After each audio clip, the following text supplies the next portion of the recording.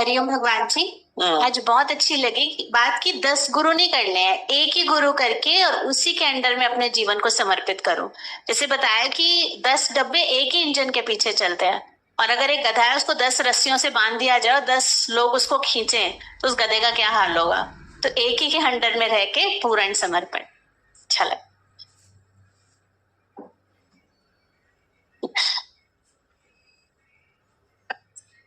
एक मिनट। हरिओम दीदी जी, गुरु जी बता रहे थे कि तन की मौत से पहले मन की मौत कर लो, नहीं तो 84 लाख योनियों में भटकना पड़ेगा।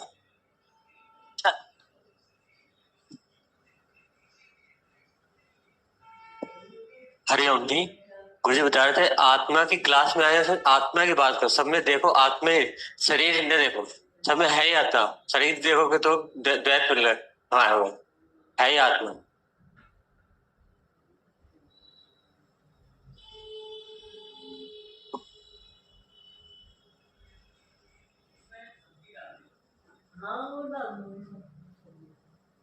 हरिओम भगवान जी, बहुत अच्छा लगा। जैसे किसी ने पूछा कि भगवान कहाँ है, तब भगवान ने हाथ रखा। जब पानी में सांस उसकी फूलने लगी तो बोला ऐसे ही माया में घुटन हो, तब तुम्हें लगेगा। अब लगता है भगवान की माया में घुटन होती है, मन तड़पता है। निकलो बाहर। हरिओम। हाँ, हरिओम भगवान जी। दीदी आज पहला ही बानी था ना कि किसी का आधार नहीं लो, सत्य का केवल आधार लो। लेकिन यहाँ आने के लिए तो परमिशन तो लेना ही पड़ता है घर वाले लोग का। अगर उनका मर्जी नहीं हो, जैसे अभी बहुत लोग आना चाह रहे हैं, लेकिन उनके घर के लोग, तो उनका भी एक क्वेश्चन था कि पूछना, और हम लोग का भी है क्या? मतलब आधार किसी का है, केवल सत्य का आधार लो।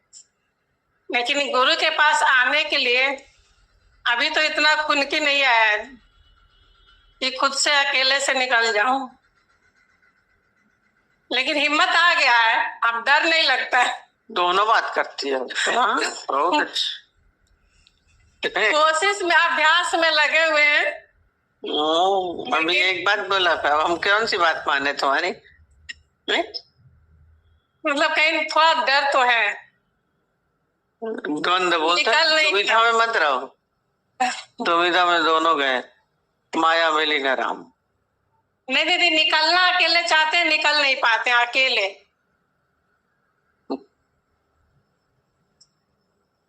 रही थी कि जिसका एक इष्ट है उसका अनिष्ट कभी नहीं होगा। तो ये बहुत गहरी बात है, सच में बहुत गहरी बात है। इसी में ऐसा लगता है हमारा पूरा उद्धार है। जिसका एक इष्ट है उसका अनिष्ट नहीं होगा, क्योंकि उसी से प्यार होगा और उसी के प्यार में फिर हमारे सारे विकार जाएंगे। तो ये बहुत अच्छा लगा। गुरु की खुजली से बचा लिया, बहुत भाग्यशाली है। एक इष्ट वाली बात बहुत अच्छी लगी। बोला गुरु को भी अगर गुरु की बात नहीं मानी तो जन्म जन्म हो स्वान, कोई दर ऐसा नहीं मिलेगा जहाँ से तुम मुक्त हो सकते हो। बहुत आज टचिंग वाली वाणी थी, पूरी ही वाणी बहुत सुंदर। बहुत अच्छा ये लगा कि जब आपको भगवत भाव पक्का हो जाएगा ना, तो शब्द नहीं लगेंगे ना व्यवहार लगेंगे। ये तो सच्चे है बात दीदी। जब से भगवत भाव पक्का हो गया है ना, तो हम एकदम अडोल हो गए, नहीं तो हमको बहुत रोना आ रहा था। पक्का हो गया है शब्द व्यवहार भगवान की कृपा से, आपकी असीम प्रेम से। अब मुझे नहीं लगते प्रभु ऐसे पक्का रहे।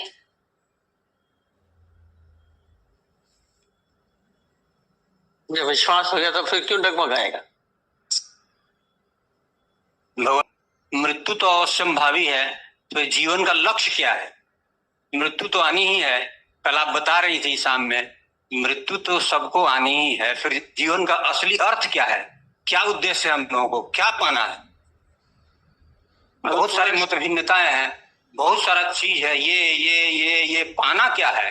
मरना तो सबको है ही, तो पाना क्या है? जीवन का अंतिम उद्देश्य क्या है? अभी बताते हैं।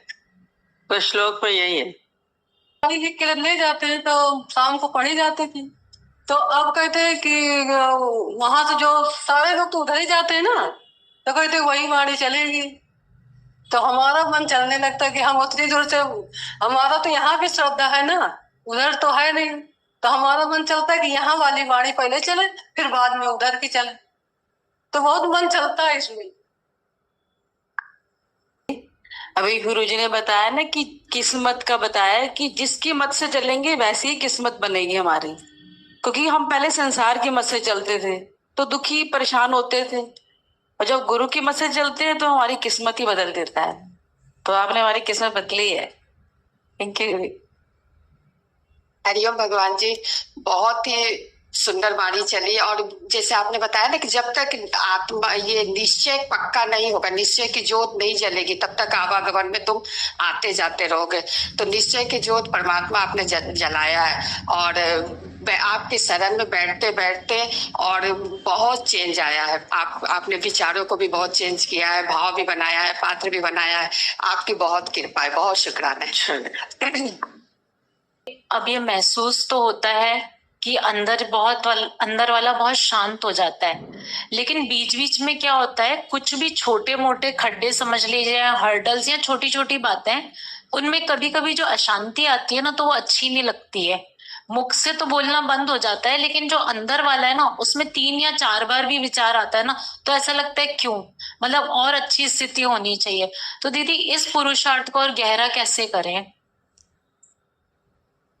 वहाँ पे तो गुरु के औरा में बैठे हैं, तो जैसे बात आती है हट जाती है, बुद्धि भी कार्य में प्रवृत्त रहती है, लेकिन ऐसा लगता है ना कि वापस घर जाए तो ये बुद्धि वापस सुखों की अधीनता में ना चली जाए। मतलब अब ऐसा लगता है कि गुरु से एक स्ट्रॉन्ग डोज मिले, ऐसा लगता है। जैसे नदी के बहुत से जल के प्रवाह स्वाभाविक ही समुद्र के सम्मुख दौड़ते हैं। दोनों का देखिए अंतर है। दोनों उदाहरण इसलिए दे रहे हैं कि नदी भी अंततः क्या होती है, चलते चलते समुद्र में समा जाती, नष्ट हुई और उसका अस्तित्व नहीं है, बोल रहे हैं। अब पतंगे का भी फिर यही बोल रहे हैं कि वो भी दिए की राशि में अंततः क्या, प्रज्वलित दिए की अग्नि में जो जलता हुआ दिया है, कि अग्नि में वो अग्नि में भस्म होता है। अब दोनों की ही समाप्ति है, ठीक है, दोनों की ही समाप्ति है, पर अंतर है। अंतर है जो नदी का उदाहरण है, नष्ट देखिए सबको होना है, अंततः विनाशी है, न कोई रहा है न कोई रहेगा। बाकी परमात्मा तो सत्य है, सदैव था, है और रहेगा। आदि सत्य, जो आज सच है भी सत्य, नानक होसी भी सच। पर ये जो शरीरों का सारा खेल है, ये तो अंततः सभी का ही विनाश में जाता है, चाहे वो कितने बड़े बड़े पीर पैगंबर हो, ज्ञानी हो, सभी का ही विनाश को प्राप्त हुआ।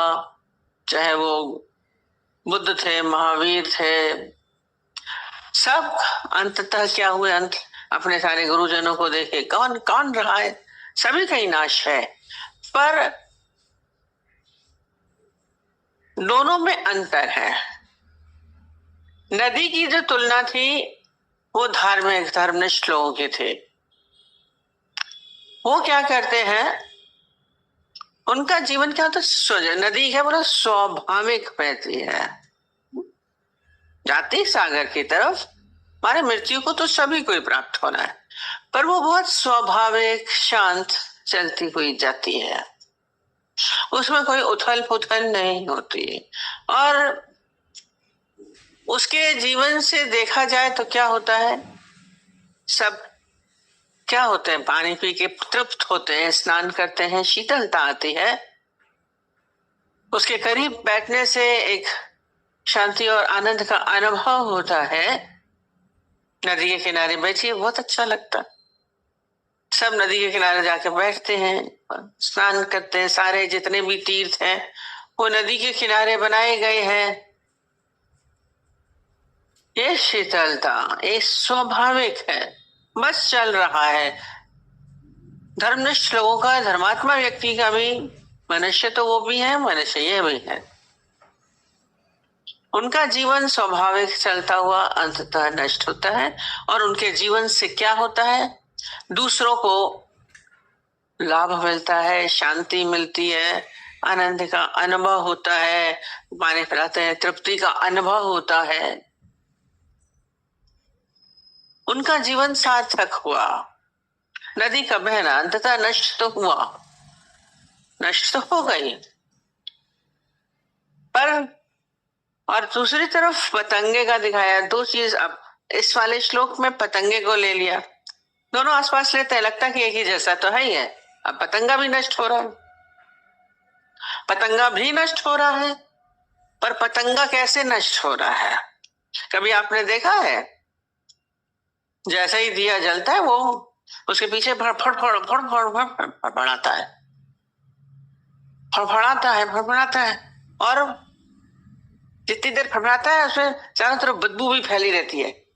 जब तक वो जिंदा रहता है उसके जिंदा रहने में भी बदबू होती है, जब वो मरते हैं तब भी बदबू होती है। बीच में भी मौसम आएगा, भी बारिश के मौसम में भी आता है पतंगे कर और रोशनी में वो फड़फड़ा के आखिर वो जल के खत्म होता है। वो मरते हैं तब भी बदबू होती है और फड़फड़ाहट रहती है।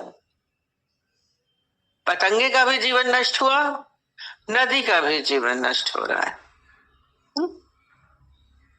अस्तित्व दोनों का नहीं बचता है, अस्तित्व दोनों का नहीं बचता है। पर जो पतंगे का ये जो फड़फड़ाहट देखी आपने, ऐसे ये दुष्ट प्रवृत्ति वाले व्यक्तियों की तुलना हो सकती है। दुष्ट प्रवृत्ति वाले क्या होते हैं? सारी जिंदगी फड़फड़ाते रहते हैं, धन में, पदार्थों में, वस्तु, मृत्यु की ओर फड़फड़ाते हुए जाते हैं, उलझते हुए जाते हैं और उधर दुर्गंध फैलाते हैं। मतलब जो पापी लोग हैं, दुराचारी हैं, उनके चारों तरफ उनके रहने से ही क्या होता है? दूसरों को कष्ट होता है, पीड़ा होती है, हलचल होती है। कहते हैं इससे बचें, से दूर हो। नष्ट तो वो भी होते हैं, नष्ट वो भी होते हैं और बहुत समझते हैं कि कुछ कुछ कर लें। अभी बोल रहे हैं धन कमा लें, पद पा लें, वस्तुएं पा लें, इससे इकट्ठा कर लें, वस्तु पदार्थ सारे। हम लोग का संसार में जो संसारिक है उनका जीवन कैसा है? धन के पीछे, पदार्थों के पीछे, वस्तुओं के पीछे, व्यक्तियों के पीछे, संबंधों के पीछे फड़फड़ाते रहते हैं, मोह में, छाव में, कामनाओं में, अहंकार में। ये पतंगे सदृश जीवन है, फड़फड़ाहट है आपके जीवन में। आपके जीवन में शीतलता है, आपके जीवन में आनंद की अनुभूति है, आपके जीवन से दूसरों को लाभ हो रहा है। नदी से दूसरों को जीवन को लाभ होता है, पानी पीते हैं तृप्ति होती है, स्नान करते हैं शीतलता मिलती है, कोई करीब बैठ के आनंद की अनुभूति होती है। आपके करीब बैठेंगे कहेंगे कहाँ से बंदा आ गया, जाए पापी दुराचारी हो, छा वाला हो, वासना वाला हो, कोई आपसे मांगने के लिए आके बैठ जाए भिखारी, तो कितना कष्ट होता है। और जितने संसारिक हैं उनके अंदर तृप्ति नहीं है। जितना भी मिल जाए संसार में उनको और कुछ और चाहिए, और चाहिए, और चाहिए। तृप्ति का एहसास नहीं होता है। जितने ज्यादा धनी व्यक्ति हैं, पदार्थ हैं, उनको और चाहिए, और चाहिए, और चाहिए। ये कहते हैं जब ये महाभारत का युद्ध हुआ उस समय पूर्व साइड में, इस साइड में सबसे धनी बोले जाते थे, सोने की चिड़िया बोला जाता था। सोना, धन, पदार्थ सब कुछ बहुत अधिक था, पर तृप्ति थी उनके जीवन में। तब पश्चिम में नहीं था इतना, पर उनके जीवन में तृप्ति नहीं थी। क्यों हुआ? इतनी सी भूमि के लिए तो लड़ाई हुई। जो महाभारत का युद्ध क्या हुआ? ऐसा नहीं था, ये नहीं था। भीतर ये दुराचारी हो जाते हैं जिनके भीतर तृप्ति नहीं होती। दुर्योधन बाहर से तो राजा ही था, अच्छा ही था, युद्ध बड़ा था, क्योंकि भीतर उसके तृप्ति नहीं थी, उसको दुराचारी बोला जाएगा। पापी बन गया, विनाशकारी बन गया, फड़फड़ाहट थी उस पतंगे की तरह। बुद्ध महावीर भी चले पर वो शांति से चले। जितने संत महात्मा हुए, विवेकानंद हुए, रामकृष्ण हुए, उनका भी अंततः नष्ट होना ही है, मृत्यु तो आनी है। पर उनका जीवन कैसा है? नदी के समान। वो सीधा दूसरों के लिए जीवन, शांति से जीवन बिताए। अब वो पतंगे की तरफ फड़फड़ाते फड़फड़ाते आकर्षण दिखते हैं संसार में। पहले ये महाभारत का युद्ध हुआ, अब पश्चिम में ज्यादा धन हो गया। कल को महायुद्ध होने में कोई दिक्कत नहीं, कितनी लड़ाइयां चल रही। महायुद्ध हो सकता है, पॉसिबिलिटी बोलते हैं, रोज टीवी में बताते हैं। वहीं से लड़ाई हो रही है। धन, पदार्थ, वस्तुएं, सब चीज ज्यादा है वहां पे, पर तृप्त नहीं, फड़फड़ाहट है। धन चाहिए, पद चाहिए, प्रतिष्ठा चाहिए, लड़ रहे हैं व्यर्थ, तृप्त नहीं है। पतंगे की तरह फड़फड़ाहट है भीतर। अब अंदर पूछे फिर क्या चाहिए, फिर क्या करें? एक स्वाभाविक जीवन को नहीं रहने देते आप। बोला नदी शब्द कितने अच्छे हैं। जल के प्रवाह स्वाभाविक ही समुद्र की ओर दौड़ते, उसका जीवन बहुत स्वाभाविक चलता है। जो ज्ञानी जन है, संत जन है, हम नदी के सदृश क्यों नहीं जीवन जी रहे? पतंगे की तरह वो जाते हैं तो सब उसमें खुशबू फैला देते, कहते हैं फूल तो मुरझा गए, खुशबू अपनी छोड़ गए, मैं लिख के भेजते हैं। जब संत जाते हैं तो उनके आदर्श की, उनके जीवन के वचनों की, उनके उपदेश की खुशबू चारों तरफ फैलती है। और पतंगे का मरता है तो क्या हुआ? दुष्ट मरा, रावण क्या हुआ? महाभारत में मर गए सारे के सारे, क्या लाभ हुआ? उनसे कोई आदर्श मिला? आज कोई भी नाम नहीं रखेगा, ना रावण नाम रखेगा, ना युधिष्ठिर नाम रखेगा। अर्जुन नाम सब रख लेते हैं, युधिष्ठिर नाम नहीं दिखता किसी का। दुर्योधन नहीं दिखता है, युधिष्ठिर तो फिर भी अच्छा। दुर्योधन कोई नहीं नाम रखेगा, कैकेयी कोई नाम रखेगा। आपने क्या फैलाया लास्ट में? आपके जीवन से अंततः क्या होगा? आप ये खुद अपने आप से पूछिए। हम लोगों से लक्ष्य क्या पूछ रहे हैं? आप अपने जीवन को कैसे सार्थक कर रहे हैं? वो ना जिन्होंने दूसरों के जीवन में आनंद दिया, शांति दी, और वो तभी हो सकती है जब आप स्वाभाविक होंगे। बी नॉर्मल एंड नेचुरल, दादाजी का पॉइंट है। आप स्वाभाविक हैं। हम बोलते स्वाभाविक है। स्वाभाविक क्या होता है? आप क्रोध में हैं तो स्वाभाविक है, आप अहंकार में हैं तो स्वाभाविक है, आप इच्छा में हैं तो स्वाभाविक है। जब यदि आप विकारग्रस्त है, अभी क्रोध में बोलेंगे एक नॉर्मलिटी लगती है बिल्कुल। इच्छा में है, आपका देखिए कैसे बच्चे को खाली एक लड्डू की इच्छा या टॉफी की इच्छा तो यूं करके देखता है, एबनॉर्मल लगता है। क्रोध में बिल्कुल भयानक लगती है, और जब क्रोध नहीं होता है तो नॉर्मल लगता है। पीड़ा में है, दुख में आप स्वाभाविक नहीं होते हैं। स्वाभाविक व्यक्ति कैसा है? शांत है, शीतल है, अंदर में कोई हलचल नहीं है, कोई फड़फड़ाहट नहीं है। ये लक्ष्य होना चाहिए जो हम बी नॉर्मल, हम नॉर्मल हैं। ऐसे एबनॉर्मल बोलेंगे तो गाली लगेगी आपको, अरे मुझे एबनॉर्मल बोला। अब आप सारा समय एबनॉर्मलिटी में ही चलते रहते हैं। लक्ष्य क्या पाएंगे? लक्ष्य क्या है? जो है स्वाभाविक वैसे रहिए। आप तो विपरीत हो जाते हैं। आपके अंदर तृप्ति का एहसास है, पूर्णता का एहसास है, कुछ और बनने की चाह, कुछ और पाने की चाह। बचपन से पहले धन मिल जाए, धन मिल जाए, फिर पत्नी मिल जाए, पति मिल जाए, फिर बच्चे मिल जाए, सारा समय कुछ ना कुछ चाहना। इतना धन राजा थे, सब कुछ होते हुए भी 5 गांव नहीं दे पाए।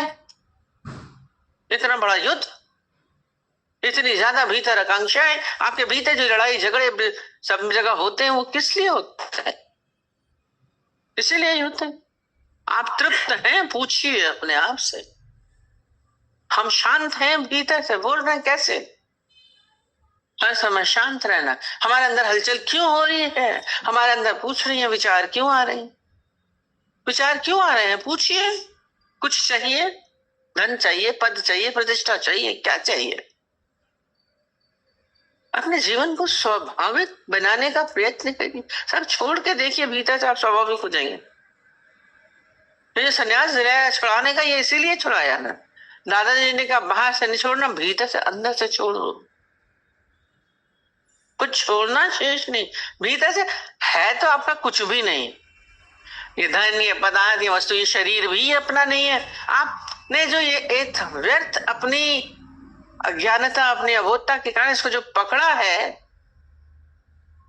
पदार्थों को, वस्तुओं को, संबंधों को, रिश्तों को, पद को, प्रतिष्ठा को, मेरा ऐसा होना चाहिए, आपके अंदर हलचल इसीलिए होती है। ये जो पकड़ है व्यर्थ की, उसको छोड़ दीजिए। आप बहुत रिलैक्स हो जाइए।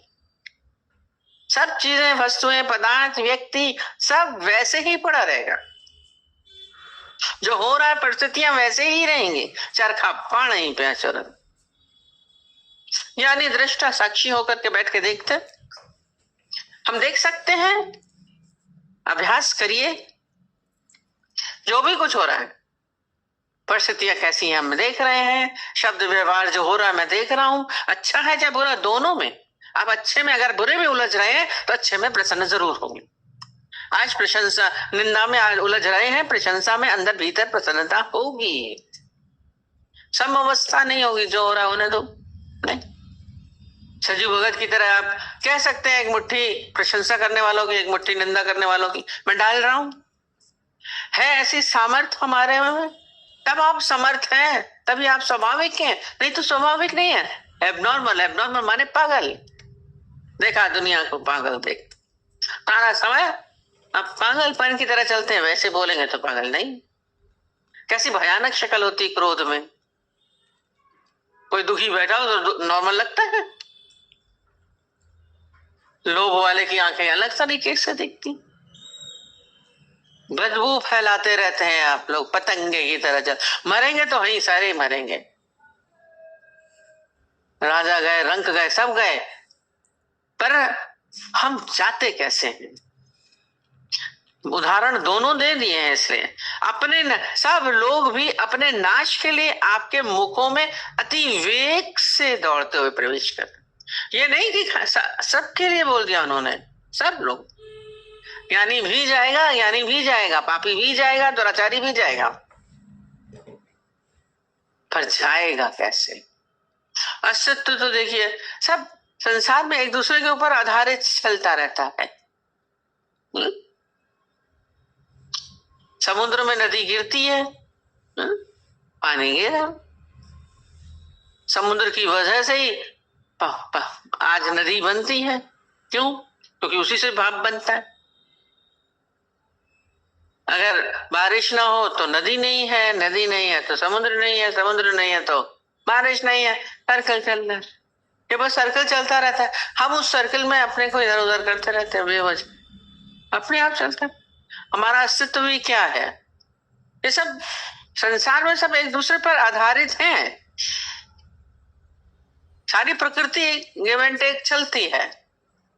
इसमें हम क्यों बोले हम दे रहे हैं, हमारी वजह से हो रहा है, ये हो रहा है? नहीं, अहंकार भी नहीं ज्ञानी करता। एक बोली सारा समय ना पति मेरी सेवा मेरे चाहते हैं, इनकी ये करते रहो, इनको पूजा करते रहो सारे दिन में। तो मैंने कहा तुम्हें भी तो चाहिए, एक दूसरे पर डिपेंडेंट है। पति को उससे पत्नी से चाहिए, पत्नी को पति से चाहिए। कर रहे हैं तो किसका किसके ऊपर एहसान हो रहा है? सारी प्रकृति चल रही है, उसके बिना वो नहीं है, उसके बिना चल रहा है संसार। स्वाभाविक है, जैसे नदी का बनना स्वाभाविक है, भाप का बनना स्वाभाविक है, सागर में गिरना स्वाभाविक है। अपने स्वभाव में आ जाओ बोलते हैं, हम स्वभाव में नहीं आते। मनुष्य सारा समय अतृप्त जीवन जी रहा है। आपके भीतर तृप्ति है? पूछिए। हम सोचते हैं हमें धन मिल जाएगा तो हम बहुत तृप्त हो जाएंगे, पद मिल जाएगा तो बहुत तृप्त हो जाएंगे, प्रतिष्ठा हमारी हो जाएगी तो मैं बहुत तृप्त हो जाऊंगा, नाम कीर्ति हो जाएगी तो मैं बहुत तृप्त हो जाऊंगा। नहीं होंगे। अगर आपका स्वभाव नहीं होगा आप नहीं होंगे। एक आदमी 10 करोड़ अरब छोड़ के मरा, जब मर रहा था, लास्ट मोमेंट था, इतना रिचेस्ट पर्सन बन के गया, 10 करोड़ अरब। उसने बोला कि आप तो बड़े सेटिस्फाइड बन रहे होंगे, इतना कमा के जा रहे हैं, संतुष्ट जा रहे हो? उसके दोस्त ने पूछा, कहता नहीं, बिल्कुल भी नहीं। बोले तुम 10 अरब करोड़ छोड़ के जा रहे हो? बोला अरे क्या बात कर रहे हो, मेरे को 100 अरब करोड़ बनाने थे। अमेरिका का करने की था 100 करोड़ नहीं, मैं तो खाली 10 ही बनाए थे, मैं मर रहा हूं। एक एक्सट्रीम दिखाया है, पर मनुष्य सारा समय अतृप्त है तो पीड़ित है, फिर अंदर में हलचल है, फिर विचार है। तृप्त व्यक्ति जैसे खाना खा के आदमी नाचता है, मजा करता है, तृप्त होता है। आप सोचिए हमारे अंदर विचार क्यों चल रहे, कारण पकड़ेंगे तो कहीं ना कहीं अतृप्ति का कारण होगा। छोड़ दीजिए। भाई कितनी बार गुरुजी बोलते थे चील मांस पकड़ के चल रही है तो उसके पीछे शोर है, फिर उड़ती जा रही है, उड़ती जा रही है, थक गई, कुछ ना खा पा रही है ना छोड़ पा रही है। संसार में मनुष्य ऐसे ही दौड़ रहा है, व्यर्थ उड़े जा रहे हैं, मजा भी नहीं ले पाते हैं। जैसे वो खा नहीं पा रही थी पर करने में मजे। हम तो सबको बोलते हैं लड़कियां इतना कमा रही हैं आजकल, 1.5-2 लाख रुपए कमा रही हैं। हम पूछते तुम लोग यूज किस समय करोगे? सुबह से लेके रात के 9 बजे 10 बजे तक तो काम करती हैं, पैसा तो बैंक में चला गया, आपके पास समय ही नहीं उसको यूज करने का। क्या करोगे? घूमने के लिए भी समय नहीं है, बस इकट्ठी कर लोगे, उसको यूज करने का समय नहीं। इतनी थक जाते हैं, सो जाते हैं। एक गूगल में एक लड़का काम कर रहा था, कहता हम लोग तो सूरज ही नहीं देख पाते हैं, सोए जाते हैं, रात को आते हैं, हम लोगों ने सूरज देखा ही नहीं, अंदर एसी में बैठे रहते हैं लाइट्स में। पैसा तो बहुत दे रहे हैं वो लोग।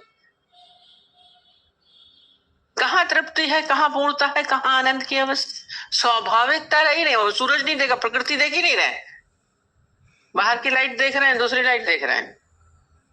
कैसा अस्वाभाविक जीवन मनुष्य जी रहा है संसार में। अपने को स्वाभाविक बनाएंगे। कभी सुबह उठ के देखते हैं सूरज दिखता है, कितना अच्छा लगता है। ना सूरज उगता देखेंगे ना सोता देखेंगे, प्रकृति में है। आज कह रहा है मैक्सिमम टेंशन, इसलिए बता रहे थे वो कहते हैं वैसे होता है ना, सन बात होता है तो उन्होंने लिख के दिया सन बात के साथ वन बात भी करिए। हाँ, हमने कहा ये वन बात क्या हो रहा, टीवी में लिख के आ रहा था। अरे थोड़े दिन जंगल में चले जाइए, आप लोग इतनी अशांति में जीवन जी रहे हैं, आपके माइंड इतना टेंशन, ये फोन मोबाइल सब तो छोड़ जाइए, जाके वन में टहलिए, घूमिए, जंगल में क्या प्रकृति के साथ। अब वन स्नान करिए जाकर के। वन स्नान में भी अपना मोबाइल भी ले जाएंगे, बैठे वही देख रहे हैं, वो फोटो खींचने में लगे रहेंगे। अरे तू जो चीज देखो वो तो देखो। गुरु जी के साथ हम लोग नैनीताल गए और बोटिंग वहां पे सब करते थे। बोटिंग करने बैठे और जैसे ही बोट में बैठे शुरू ताली बजा बजा के भजन गा रहे हैं। गाड़ी नाव में बैठना तो गाना। थोड़ी देर तो हमने सुना, थोड़ी देर के बाद मैंने बोला ये भजन तो आप कमरे में, होटल के कमरे में भी गा रहे थे, जहां आप रहे पड़े वहां पे भी गा रहे थे, ताली पीट पीट के ढोलक बजा। हम लोग नाव में बैठे हैं तो नाव की सैर करिए ना। वो सामने इतना पहाड़ दिख रहा है वो नहीं देख रहे हैं, लेक इतनी अच्छी वो नहीं देख रहे हैं, इसमें इतनी बत्तख तैर रही है, डक्स जा रही है, इतनी तैरते हुए देखिए ना उनको, कितनी अच्छी लगे। फिर आप वैसे के वैसे वहीं गए वहीं।